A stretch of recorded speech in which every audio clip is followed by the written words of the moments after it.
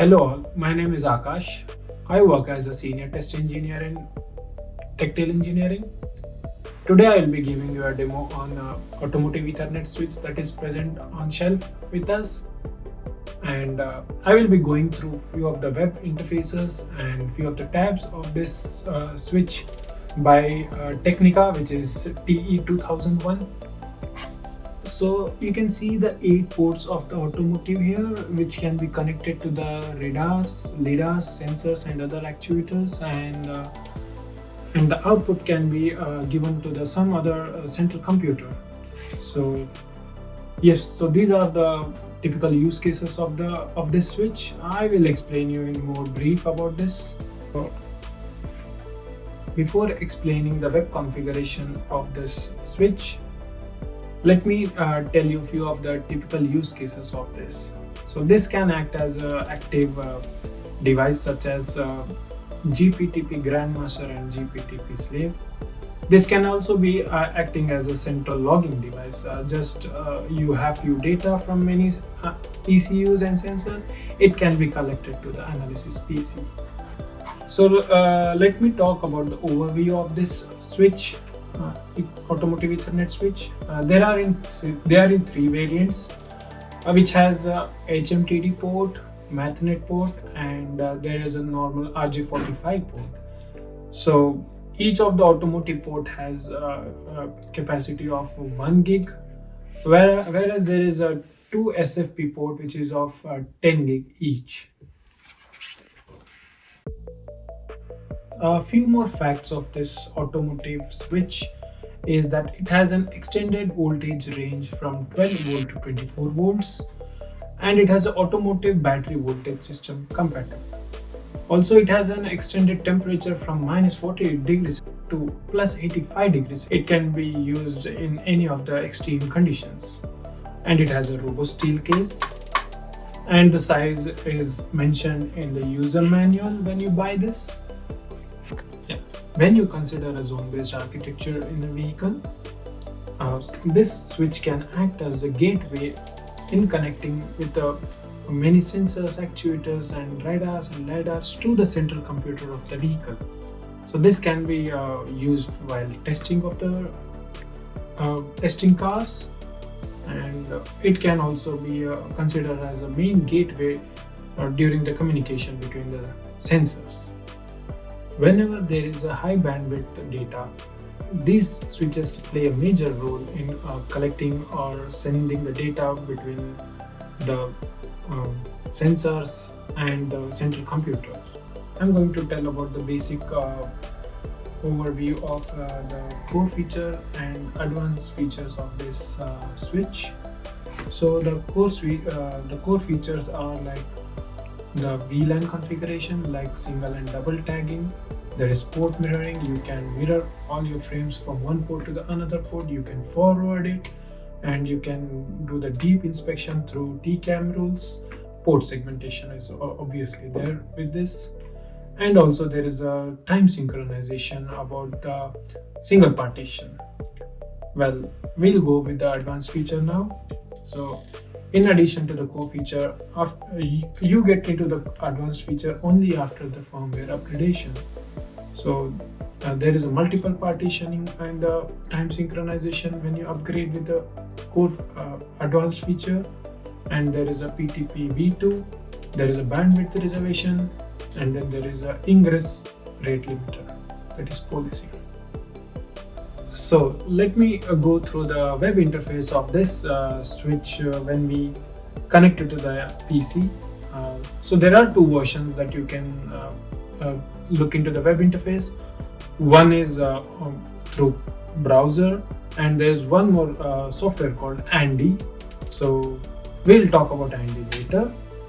Let's jump into the web interface, which is a very user-friendly interface. Probably you would be very happy to use it. It is very simple, just using like some WhatsApp or Facebook. Let me do the network and internet setting first, and do the IP address setting, so that when you try to communicate the switch with your PC, when you enter the web address or IP address, you should not get a no internet connection or something like that. So you can edit here, and since the IP address of the switch is 10.0.0.200, you can make it as 10.0.0.201, and you can select the subnet mask as 255.0.0.0 and then save it. You can go to the browser and you can type 10.0.0.200, and so this is how you can see the web interface of this TE2001. So as soon as you enter the web IP address, this is the first home page that it looks like. It is similar to the hardware that you see. There are 8 ports, as well as there are 2 SFP ports, and there is a 1 control port. And you can see the tabs like switch configuration, control panel, dashboard, system information, and yes, there is a contact. And let's see one by one each of the ports and the tabs in detail. So let's get into all the features of this switch. When I click on the switch here, we have many options like port segmentation, VLAN configuration, time sync, advanced filter, bandwidth reservation, ingress rate limiter, address table. So let's go one by one with this. So if you want to enable the port segmentation, you need to click on this. And if you want the port to be communicating with bidirectionally, you need to click on this edit symmetrically. If you want to set all the ports to communicate bidirectionally, you have to click on set all. And if you want to clear everything, you can click on the clear all. So why is this feature very important? This is important because this sub-tab is used to isolate the subsets of the ports. So when this option is enabled in global configuration, the user can create subsets where the user can allow the traffic ingress to be egressed only out of the mentioned ports. So once the port segmentation is done, you got to save it. You have an option to save, or you can just close it without saving. So if you do not save it, all the changes will be discarded. And then there is an option of VLAN configuration. So why this VLAN configuration is required? So this port is based on single VLAN as well as double tagging. So in this mode, the forwarding of the frames through the Enhanced Ethernet switch is defined by the configuration on each port. So user can also make these configurations using this sub-tab, and it will allow the ports with the ability to different processing mechanism based on the selection made for the ingress. You cannot enable both the options at a time. When you enable 802.1q, the double tagging will be disabled, and when you enable the double tagging, the single the inner VLAN will be disabled. So each and every port can be assigned with the VLAN IDs. So the tags on the VLAN IDs mentioned in the VLAN membership list are kept as received on the ingress when you select it as allow membership. The VLAN also can be configured when you go to the each and every port. Here is an option where you can configure the VLAN ID, and you can egress a VLAN ID policy by selecting allow all, allow membership list, allow but exclusion list. If you have selected this option as received in the input port, the tags on the VLAN IDs mentioned in the VLAN membership list are kept as received on the ingress. And if you select the as a removed, the tags on the VLAN IDs mentioned in the VLAN membership list are removed on the egress. And if you are selecting as a normalized, if the traffic is not received with an outer VLAN, then the place of a tag on the traffic on egress. If it is received with a tag, it acts as an option. As received in the input port, it will act as received in the input port when you are selecting it as a normalized. And if you do not receive it with a tag, when you select it as a custom, VLANs mentioned in the VLAN egress removed list are removed, while the VLANs mentioned in the VLAN egress normalized list are kept as it is. So, and then you can save here the each and every port. The same configuration can be seen here in the VLAN configuration, the global configuration. Okay. So each and every port are configurable. So you can name the port as per your wish or as per your project. You want to make it as a radar. If it is connected to radar, if it is connected to LiDAR number 1, you can make it as a LiDAR number 1. And yes, how do you want that port to be behaving? It is supposed to behave as a master or a slave, or what's the speed of that port which is to be configured, and yes, the mode, it is to be a legacy or IEEE. So what are IEEE and legacy mode? So when you select the legacy, the port 5 is operating in Marvel legacy mode A0, and when you select the IEEE, then the port 5 is operating in Marvel IEEE compliant mode A2. And in the same time, you can also configure the VLAN as I had explained earlier. And then you can see here the number of transmitted bytes and received bytes, and whenever there is a link drop, you can see the number of counts of the link drop. And yes, there is an option to enable this switch to support a jumbo frames. Yes, and then if you enable this, then the other configuration are also affected and you have to change the configurations. So you can also do the traffic shaping on this port, on this selected port, and yes, then you can save it, and you have to save configuration or save and apply configuration like this. Let me explain you the configuration of these SFP ports, which has a capacity of 10 gig each. So you can name the port as I mentioned earlier, and then you can mention it as if you want to act it as a 5 gig or 10 gig or 2.5 gig or 1 gig, and there are other options as well, SGMII and USXGMII. And yes, if you want the traffics to be mirrored from the port 1, port 2 and port 3, or any number of ports to SFP-A, then you can select it here, and you can save it here, and you can see it is visible here that all the traffics are mirrored from these ports to the SFP-A port, and it can be logged into your PCs and you can monitor those logs. So this is the best feature I can say about this port mirroring of this switch. VLAN option is something that you can configure so that only those frames with particular VLAN ID can be mirrored into the SFP port. Yeah. So you can also enable the jumbo frames if it is required. You can do the traffic shaping, transmitted bytes and received bytes, and the number of link drops can be analyzed here. And then you need to do not forget to save and apply configuration, otherwise nothing will work out. So how did I get to see this arrow from which are the ports that it is getting mirrored? So there is an option called show, and here is a show mirroring. If I disable, you can see that it has been disabled, but if you enable, I think this is the best thing you can enable, and log all the data, and you can also get to know from which are the ports it is getting mirrored.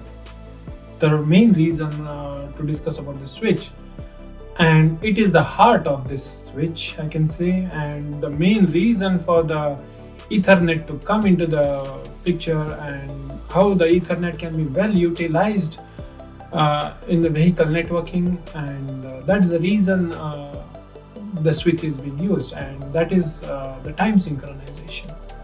So yes, you need to enable the time synchronization here and create a new PTP partition. PTP is precision time protocol. Enable here, create a new partition and make it a partition number 1 and select what type it is. You have a 3 option. You can make it as a GPTP bridge. I mean, this switch can behave as a GPTP bridge or GPTP Grandmaster or PTP v2 to GPTP bridge. So I can explain you one by one what it is and how it behaves when you select each one of them.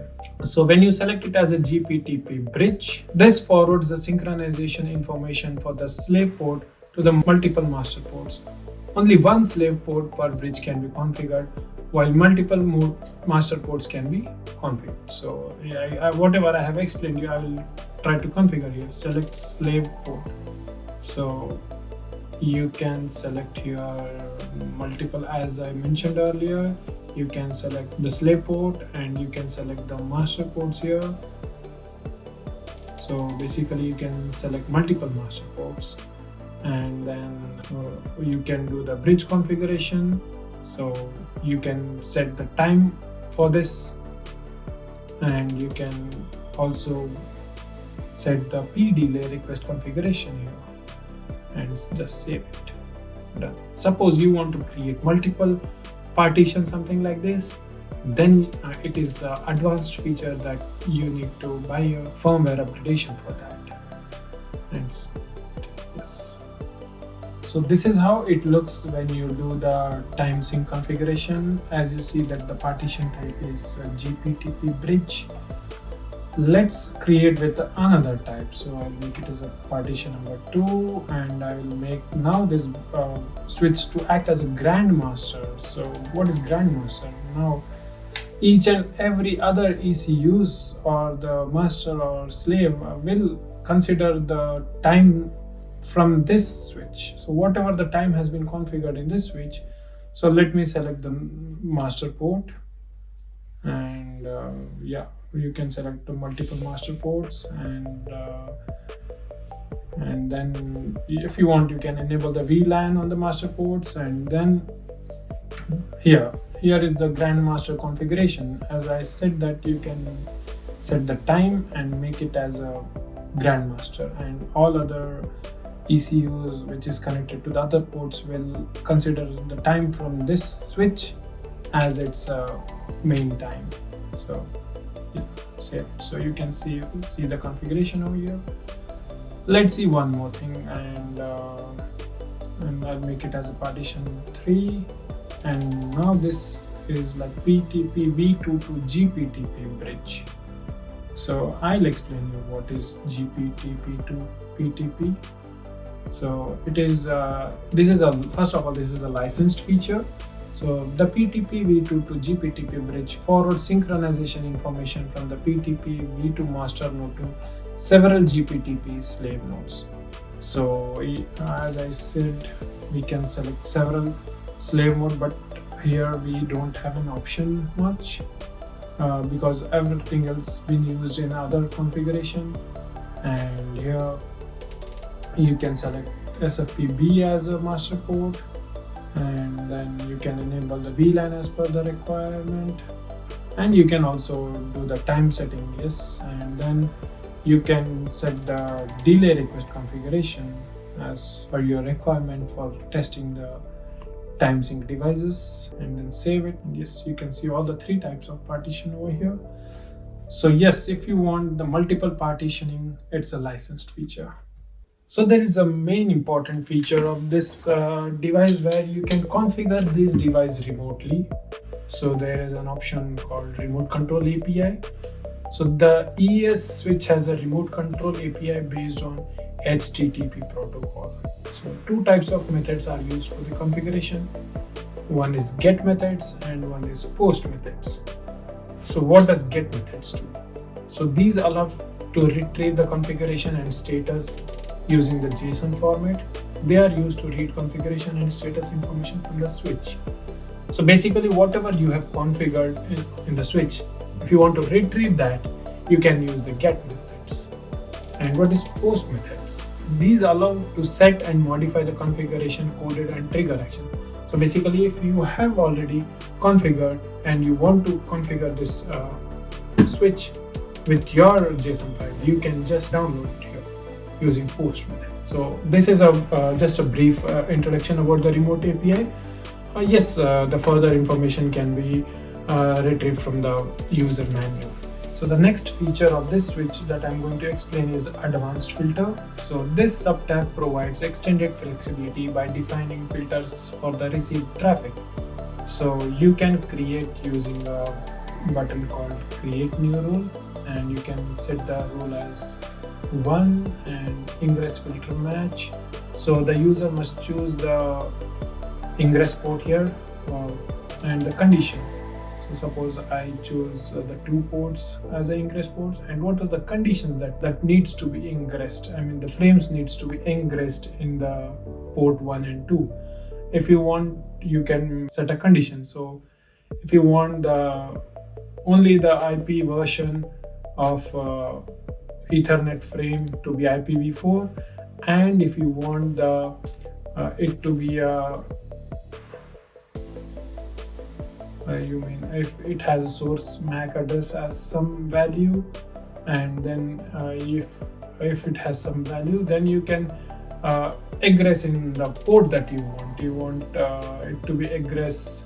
If you want it to be mirror, or if you want to force output, or if you want to do avoid further filtering, or if you want to drop a egress. So you can do that, and you can select the port where you want to perform that action. And yes, so here is an option to select the bound TCAM flow ID. So if you can select the TCAM flow ID here and then just save it. So yeah, I need to enter here MAC address. So 2E22 FF.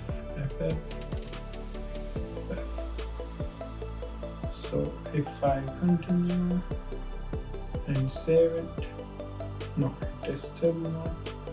Yeah, so now if I save it and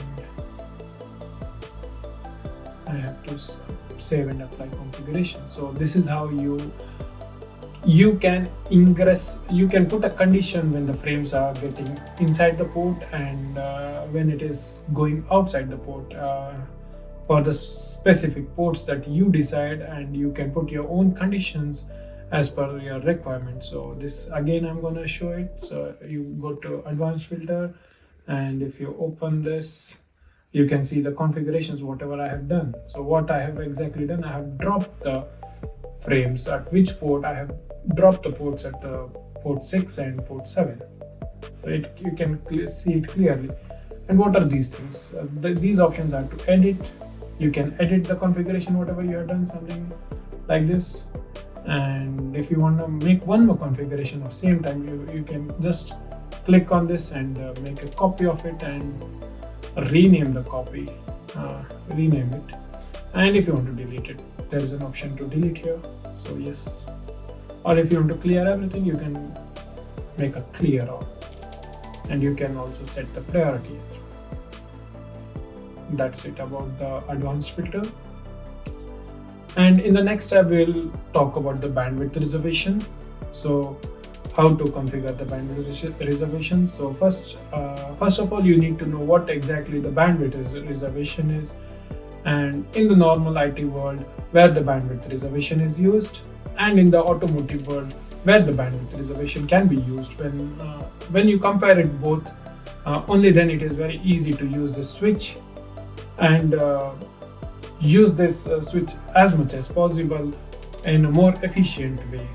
So you can click on create new entry and set a rule name, and you can set a MAC address, and you can also set a VLAN ID, and what is the ingress port. So suppose the first port is the ingress port and the egress port is the third port, and you need to set the additional parameters. So you can set the priority. So what is bandwidth reservation? You're reserving the bandwidth. You're giving the priority to the frames or the traffic coming from the first port and not the other one. So you can set the baud rate over here. Suppose it is 512 kbps, and then you can save it. So this is how it looks like, and you can just save it. So your bandwidth reservation is done. You can now reserve the bandwidth. You can prioritize the traffic as per your requirement.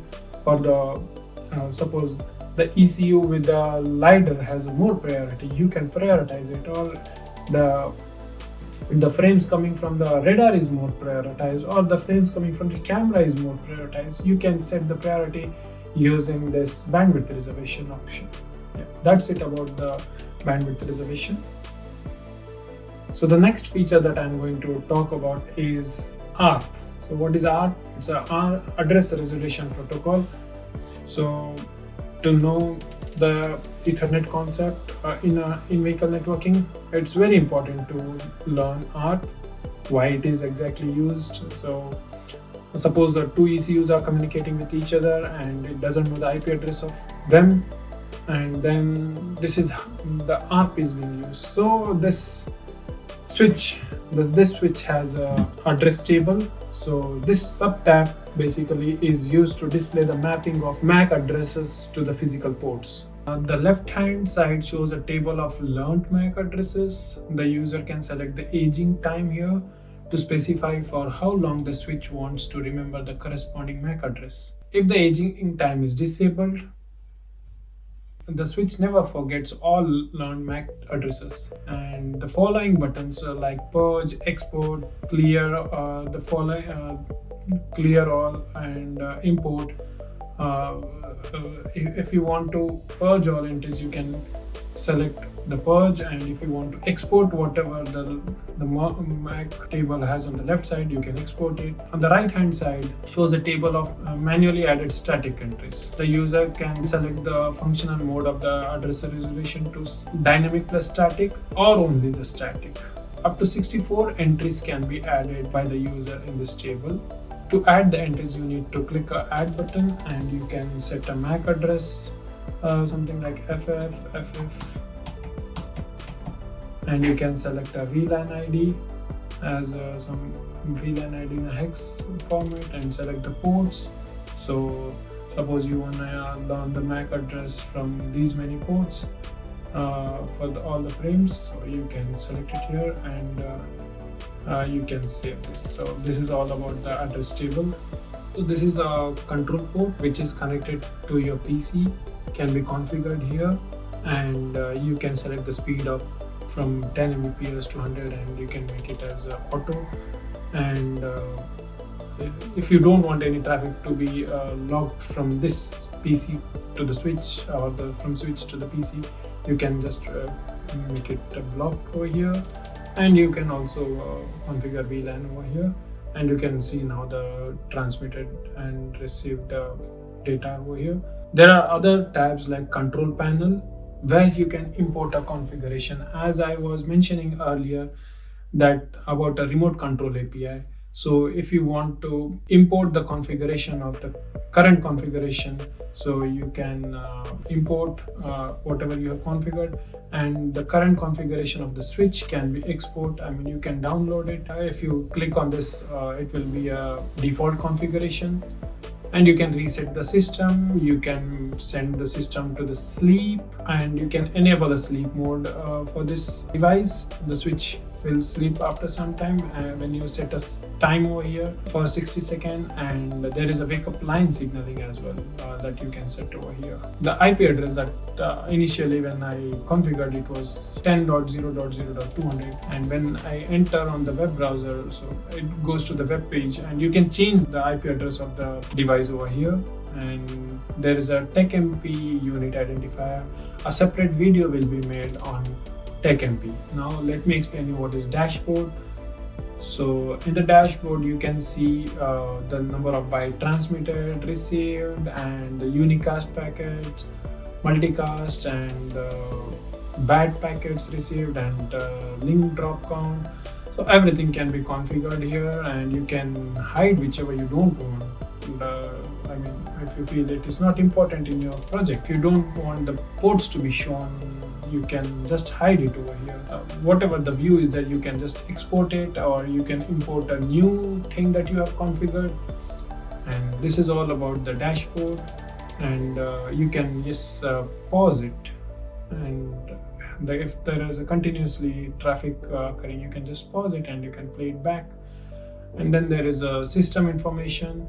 where you can upgrade the firmware. Yes, so the firmware upgradation can be done here, and you need to click and can check the system version over here. And if you want to update, you can click on this, and if you says are you sure, how does it look like? So it looks like this, and you need to upload the new firmware or the bootloader firmware and just start update, and it should work. Everything is available in the manual how to flash the firmware. So thank you for watching this video. Subscribe our YouTube channel for more about the Automotive Ethernet that is going to come ahead in the future. Thank you.